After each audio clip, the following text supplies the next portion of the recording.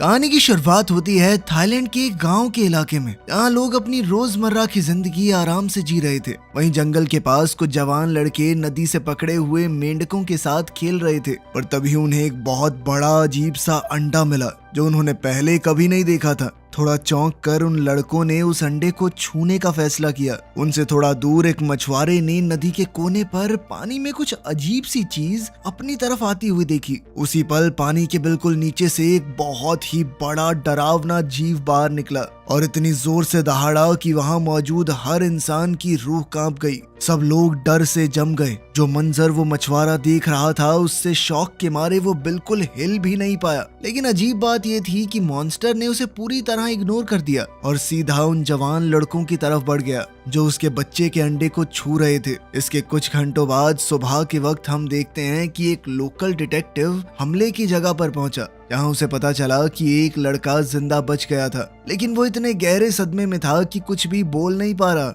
Inspector को 2 लाशें भी दिखाई गई जो वहां मिली थी और उसके असिस्टेंट ने बताया कि विक्टिम्स के पास एक जाल भी मिला था जिसमें एक अजीब सी चिपचिपी कीचड़ जैसी चीज लगी हुई थी। डिटेक्टिव कंफ्यूज हो गया और पूछने लगा कि ये अजीब सी चीज क्या हो सकती है, लेकिन असिस्टेंट को कुछ भी समझ नहीं आया और दोनों ने मिलकर ये जांचने का फैसला किया कि हमला करने वाला वो शख्स या फिर जीव कहां भाग गया। खैर फिर हम पास ही में रहने वाली लड़की मे को देखते हैं, जिसे उसकी माँ लिन ने उठाया और नाश्ता करने के लिए बुलाया। जब मे सीढ़ियों से नीचे आई तो लिन ने उसे अपने भाई को भी जगाने को कहा, क्योंकि उसके पिता कल रात मछली पकड़ने गए थे और तब से वापस नहीं आए। नींद में होने के बावजूद मे ने अपनी माँ की बात मानी और अपने बड़े भाई कैंग के पास गई। जैसे ही कैंग को अपने पिता के गायब होने की खबर मिली, वो अपनी छोटी बहन के साथ पूरे गांव में घूमते हुए हर किसी से मछुआरे के बारे में पूछने लगा। इस दौरान मे अपने भाई से थोड़ा अलग हो गई और गांव के आसपास के खेतों में चलने लगी। तलाश करते करते उसे मिट्टी में एक बहुत बड़े पंजे का निशान मिला। उन निशानों का पीछा करते हुए उसे एक बड़ा सा अंडा मिला और उसने सोचा कि ये अपने भाई को दिखाना चाहिए। उत्साहित होकर मैं उस बड़े से अंडे को अपने घर ले आई, लेकिन माँ ने उसे बहुत डांटा और कहा कि जहाँ से लेकर आई है वहाँ वापस छोड़ कर आ। लेकिन मैं ने मना कर दिया और जिद में माँ से दूर चली गई, जिससे लिन और भी ज्यादा गुस्से में आ गई। फिर लिन ने अपने बड़े बेटे कैंग के साथ बाहर जाकर मे को ढूंढने का फैसला किया, जो नदी के पास उस बड़े अंडे के लिए खास घोंसला बना रही थी। तभी अचानक वो अंडा खुद से हिलने लगा और मैंने देखा कि नदी से वही विशाल जीव उनकी तरफ बढ़ता हुआ नजर आ रहा है। इसके कुछ मिनट बाद लिन और कैंग को पानी में मे की चप्पल तैरती हुई मिली और दोनों उसे ढूंढते हुए चीखने लगे। उसी वक्त लिन ने एक अजीब से जीव को पानी की गहराइयों से उठते हुए देखा और माँ के चेतावनी देने से पहले ही उस जीव ने कैंग को दबोचने की कोशिश की। डर के मारे कैंग ने पानी में तेजी से हाथ पैर मारे ताकि जानवर के हमले से बच सके और फिर वो किनारे की तरफ भागा, जहाँ उसने लिन का हाथ पकड़ा और दोनों वहाँ से जान बचाकर भाग निकले। इस दौरान पास के एक इलाके में 2 रिसर्चर नदी में जांच पड़ताल कर रहे थे, जहाँ वो हर अजीब सी लगने वाली चीज को इकट्ठा कर रहे थे ताकि पता चल सके कि इस इलाके के वातावरण में इतनी दिक्कत क्यों आ रही है। उधर गांव में किसान अपनी जान बचाने के लिए पागलों की तरह भाग रहे थे, क्योंकि वो विशाल जीव अपने रास्ते में आने वाले हर एक इंसान पर हमला कर रहा था। वो उन्हें कभी अपने दांतों से काट रहा था तो कभी अपनी पूंछ से जोरदार वार कर देता। इसी अफरा तफरी के बीच कैंग और लिन मॉन्स्टर से जितना दूर हो सके भागने की कोशिश कर रहे थे और कुछ बचे हुए लोगों के साथ वो खेतों के बीच से भाग निकले। उसी वक्त रिसर्चर्स खेत में मिले कुछ कीड़े मकोड़ों को देख रहे थे। तभी उन्हें गांव वालों की चीखें धीरे धीरे तेज होती सुनाई दी। इतनी तबाही अपनी आंखों के सामने देखने के बावजूद कैंग और लिन ने हिम्मत नहीं हारी। कैंग ने अपनी माँ का हाथ पकड़ा और उसे खींचकर एक झाड़ी के अंदर छुपाने ले गया। वहाँ सभी बचे हुए लोग बिल्कुल चुप हो गए ताकि मॉन्स्टर का ध्यान उनकी तरफ ना जाए और मजबूरन उन्हें दूसरे किसानों की दर्दनाक चीखें सुननी पड़ी, जो एक एक करके उस जीव का शिकार बन रहे थे। जैसे ही कैंग को भागने का एक मौका दिखा, उसने कहा कि अब उन्हें निकलना होगा, लेकिन भागते वक्त अचानक किसी तेज चीज ने उसके कंधे में जोरदार चोट पहुंचाई और अब वो बुरी तरह जख्मी हो गया। लिन ने तुरंत अपने बेटे को संभाला और उसके कंधे को पकड़कर चलने में मदद की। मिलकर वो लोग खेत के दूसरे किनारे तक पहुंच गए और किसी तरह उस जीव से बच निकले, जो अब अपने नए इलाके की हिफाजत में लगा हुआ था। सड़क तक पहुंचते ही एक ड्राइवर ने उन्हें देखा और मदद के लिए रुक गया। कुछ ही मिनटों बाद शहर के हॉस्पिटल में डॉक्टर्स और नर्सेज ने कैंग के गंभीर जख्मों का इलाज शुरू कर दिया। जैसे ही उन्होंने लिन के मुंह से पूरी कहानी सुनी तो हॉस्पिटल स्टाफ ने तुरंत पुलिस स्टेशन को कॉल कर दिया। हॉस्पिटल से अलर्ट मिलते ही सेक्रेटरी दौड़ती हुई कमांडर के पास गई और उसे सब कुछ बताया। कमांडर तुरंत सर्वाइवर से बात करने निकल पड़ा। लिन ने रोते हुए बताया कि उसे नहीं पता था वो चीज क्या थी और वो उन डरावने मंजरों को देखकर टूट गई जो उसने अपनी आंखों के सामने देखे थे। कमांडर समझ गया कि शायद कोई असली शैतानी मॉन्स्टर पूरे इलाके के लोगों के लिए खतरा बन चुका है। इसीलिए उसने तुरंत एक्शन लेने का फैसला किया और अपनी टीम के साथ मामले की गहराई से जांच करने निकल गया।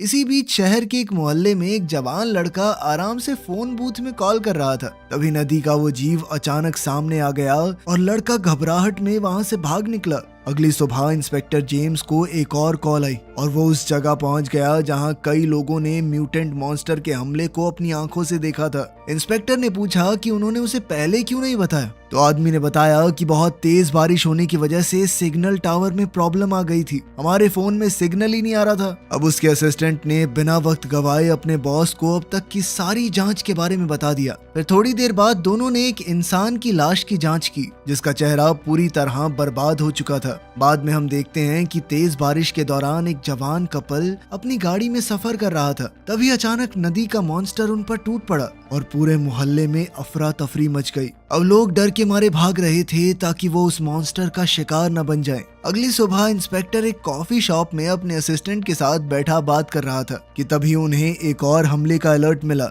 दोनों तुरंत वहां पहुंच गए ताकि जांच पड़ताल कर सकें, लेकिन उन्हें सिर्फ और ज्यादा लाशें और मॉन्स्टर की हुई तोड़ फोड़ के नजारे मिले। थोड़ी देर बाद जेम्स कमांडर से मिला और दोनों ने मिलकर पुलिस स्टेशन में सारे ऑफिसर्स को इकट्ठा किया ताकि उस शैतानी जीव को पकड़ने के लिए एक सॉलिड प्लान बनाया जा सके। मीटिंग खत्म होते ही इन्वेस्टिगेटर को अपनी बेटी के स्कूल से कॉल आया और उसे मजबूरन स्कूल खत्म होने से पहले ही उसे लेने जाना पड़ा क्योंकि उसका अपने क्लासमेट्स के साथ झगड़ा हो गया था। इसी बीच दोनों इन्वेस्टिगेटर्स हॉस्पिटल में डॉक्टर्स से मिले और नए विक्टिम्स की हालत के बारे में पूछा। साथ ही उन्होंने लिन से दोबारा पूछा कि बताओ आपके गांव में क्या हुआ था, लेकिन लिन अब उस बारे में बात करने की हिम्मत तक नहीं जुटा पा रही थी और वो बस अपने बेटे के पास बैठी रही जो अब बाथरूम जाने के लिए उठ खड़ा हुआ। जैसे ही कैंग बाथरूम गया उसे अजीबोगरीब चीजें दिखाई देने लगी। उसने अपने कंधे की पट्टी हटाई तो देखा कि जख्म से कुछ चिपचिपा सा निकल रहा है। कुछ ही देर में कैंग को ये तस्वीर साफ दिखाई देने लगी कि उसकी बहन मे के साथ क्या हुआ था। उसे एहसास हुआ कि उसकी छोटी बहन जिंदा थी क्योंकि वो झाड़ियों में छुपने में कामयाब हो गई थी।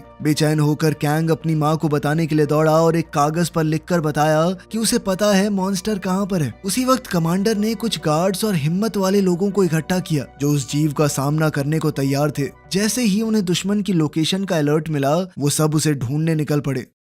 रास्ते में ही लिन और कैंग ने उन्हें रोका क्योंकि वो हॉस्पिटल से निकल आए थे। लिन ने बताया कि उसके बेटे ने मॉन्स्टर की जगह का पता लगा लिया है और ऑफिसर ने फैसला किया कि कैंग ही उन्हें रास्ता दिखाएगा। कुछ देर चलने के बाद कैंग ने देखा कि मॉन्स्टर एक पुराने सुनसान शेड में छुपा हुआ था। उसने तुरंत कमांडर को सिग्नल दिया जिसके बाद कमांडर ने अपने आदमियों से कहा कि विस्फोटक बैरल उस जीव की तरफ फेंके जाएं। जोरदार धमाकों और धुएं से घिरा हुआ वो मॉन्स्टर गुस्से में बाहर निकला और सामने आने वाले हर इंसान पर हमला करने लगा। बिना हथियार वाले सिविलियंस तुरंत छुप गए जबकि बाकी लोग मॉन्स्टर को घेर कर उसे बार बार जोर से मारने लगे। लेकिन उसी वक्त कैंग भी उन हमलों से प्रभावित होने लगा और कमजोर होकर जमीन पर गिर पड़ा। इससे लिन पूरी तरह हैरान हो गई। इसके बावजूद आदमियों ने अपने हमले नहीं रोके और मॉन्स्टर को और ज्यादा जख्मी कर दिया जो अब एक बड़े जाल में फंस चुका था। जब लिन को समझ आया कि उसका बेटा किसी न किसी तरह मॉन्स्टर से जुड़ा हुआ है तो उसने तुरंत बीच में आकर सबको रोक दिया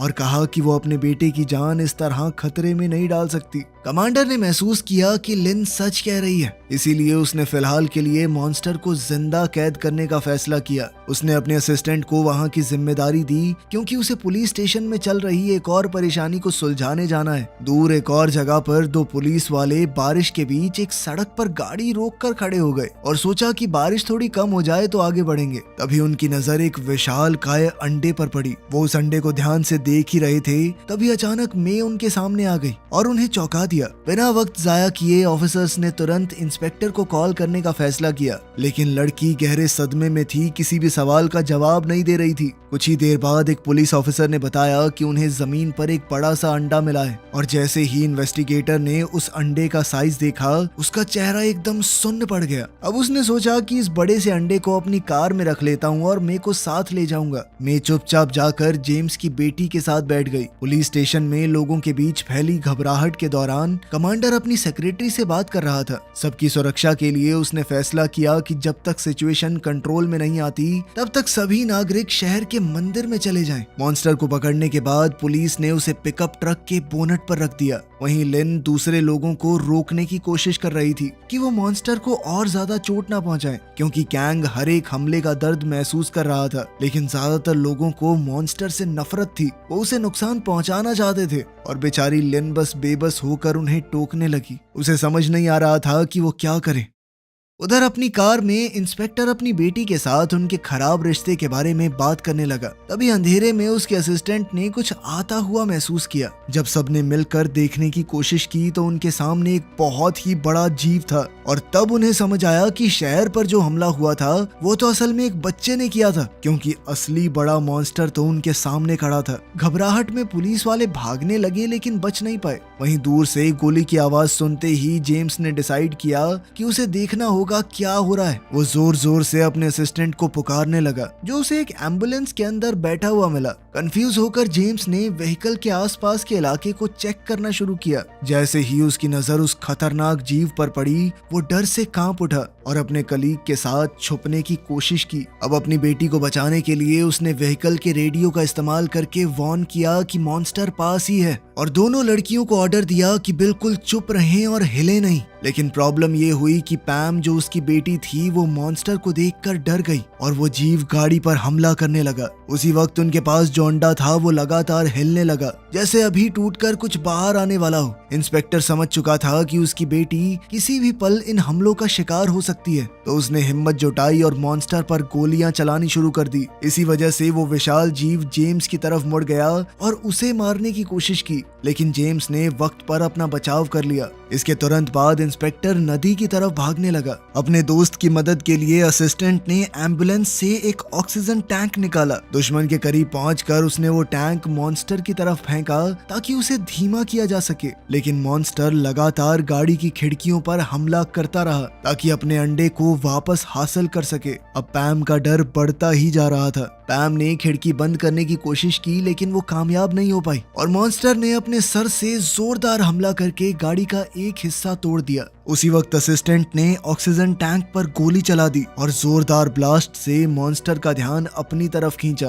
अब वो तुरंत उसकी तरफ मुड़ गया। असिस्टेंट समझ गया कि वो इतनी जल्दी दूसरा एक्सप्लोजन नहीं कर पाएगा, इसीलिए अपनी जान बचाने के लिए वो एम्बुलेंस के अंदर घुस गया। तभी अचानक क्रीचर ने व्हीकल का दरवाजा एक झटके में तोड़ दिया। जैसे ही उसे खोया हुआ अंडा मिला, मॉन्स्टर ने एक भी सेकंड बर्बाद नहीं किया। अंडा वापस मिलते ही वो वहां से हटने लगा, मानो ये समझने की कोशिश कर रहा हो कि उसका दूसरा बच्चा कहाँ गया। इसके बाद जब पैम बाहर निकली तो उसे अंधेरे में वही मॉन्स्टर उसका इंतजार करता हुआ मिला। उसी वक्त जेम्स भी बाहर निकल आया। जैसे ही उसने देखा कि उसकी बेटी को क्रीचर ने जमीन पर गिरा दिया है, वो बिना सोचे समझे उसकी तरफ दौड़ पड़ा। उसे महसूस हुआ कि तेज बारिश उसकी चीखों को दबा रही है, इसीलिए उसने जमीन पर गिरे हुए टैंक पर गोली चला दी, जिसे उसके असिस्टेंट ने पहले गिराया था। धमाका होते ही मॉन्स्टर उसकी तरफ बढ़ने लगा। जैसे ही पैम ने देखा कि उसके पिता खतरे में हैं, वो जमीन पर रगड़ते हुए जोर से चीखने लगी, लेकिन जेम्स अपनी जगह से हिला नहीं। जैसे ही मॉन्स्टर उसे खत्म करने वाला था,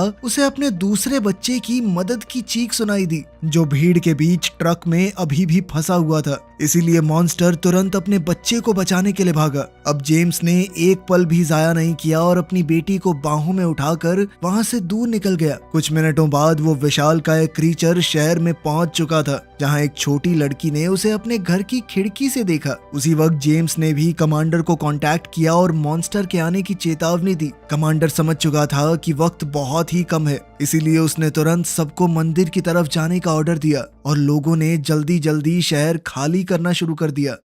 वहीं दूसरी ओर हॉस्पिटल जाते वक्त जेम्स अपनी बेटी को संभालने की कोशिश कर रहा था, जो मॉन्स्टर के हमले के बाद बहुत बुरी तरह जख्मी हो चुकी थी। इंस्पेक्टर ने वादा किया कि जब ये सब कुछ खत्म हो जाएगा तो वो एक नई जिंदगी की शुरुआत करेंगे, एक खुशहाल परिवार की तरह। लेकिन अपने पिता को जवाब देने से पहले ही पैम की सांसें धीरे धीरे थम गई और उसने अपने पिता की बाहों में ही दम तोड़ दिया। उसी वक्त वो मॉन्स्टर भागते हुए लोगों की भीड़ तक पहुंच गया और जोर से दहाड़ा, जिससे हर तरफ अफरा तफरी मच गई। कुछ ही सेकंडों बाद जेम्स एम्बुलेंस लेकर वहां पर पहुंचा और जब उसने देखा कि एक छोटी लड़की सड़क पर अकेली छूट गई है तो उसने उसे अपनी बाहों में उठाकर बचाने का फैसला किया। इसी बीच मॉन्स्टर एक व्हीकल के पास आया जहां दोनों रिसर्चर्स अपनी जान बचाने की कोशिश कर रहे थे, लेकिन वो हैरान रह गए जब उन्होंने देखा कि मॉन्स्टर उन्हें नजरअंदाज कर रहा है और वो किसी और दिशा में चल पड़ा। तब रिसर्चर समझ गए कि ये क्रीचर अपने बच्चे को ढूंढ रहा है और शायद अपनी दहाड़ का इस्तेमाल करके उसे बुला रहा होगा।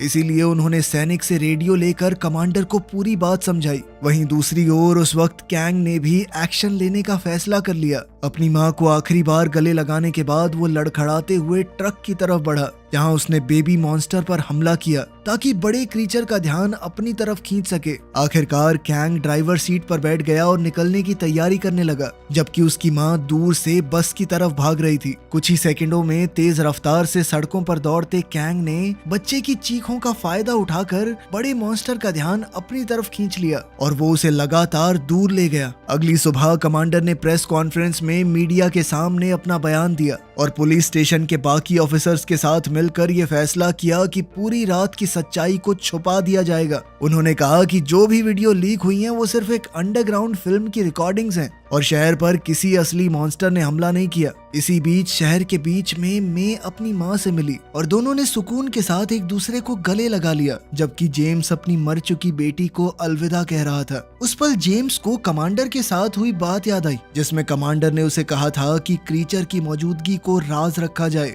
वरना इस मॉन्स्टर का शिकार करने के चक्कर में बहुत सारे अजीबोगरीब लोग यहाँ आ जाएंगे, जिससे हालात और बिगड़ सकते हैं। जेम्स ये जानता था कि ये तो मरे हुए लोगों के साथ नाइंसाफी हुई कि उनकी मौत को इस तरह छुपाया जाए, लेकिन जेम्स फिर भी चुप रहा। जाते वक्त उसने अपना बैज कमांडर को दे दिया, ये दिखाते हुए कि अब वो इस सब का हिस्सा नहीं रहना चाहता। सच को पुलिस ने चाहे जितना भी दबा दिया हो, लेकिन उस रात का डर और गुस्सा शहर के लोगों के लिए हमेशा एक हकीकत बना रहा, क्योंकि उन्होंने अपनी आंखों से उस खौफनाक मंजर को देखा था। खैर फिर दिन बीतने लगे और ज्यादातर लोगों ने कोशिश की कि वो सब कुछ भूल जाएं, लेकिन शहर के पास की नदी के किनारे अब भी मॉन्स्टर के पंजों के निशान मिट्टी पर दिखते थे। साथ ही वहां वो व्हीकल भी मौजूद था जिसे कैंग ने अपने बलिदान के दौरान छोड़ा था।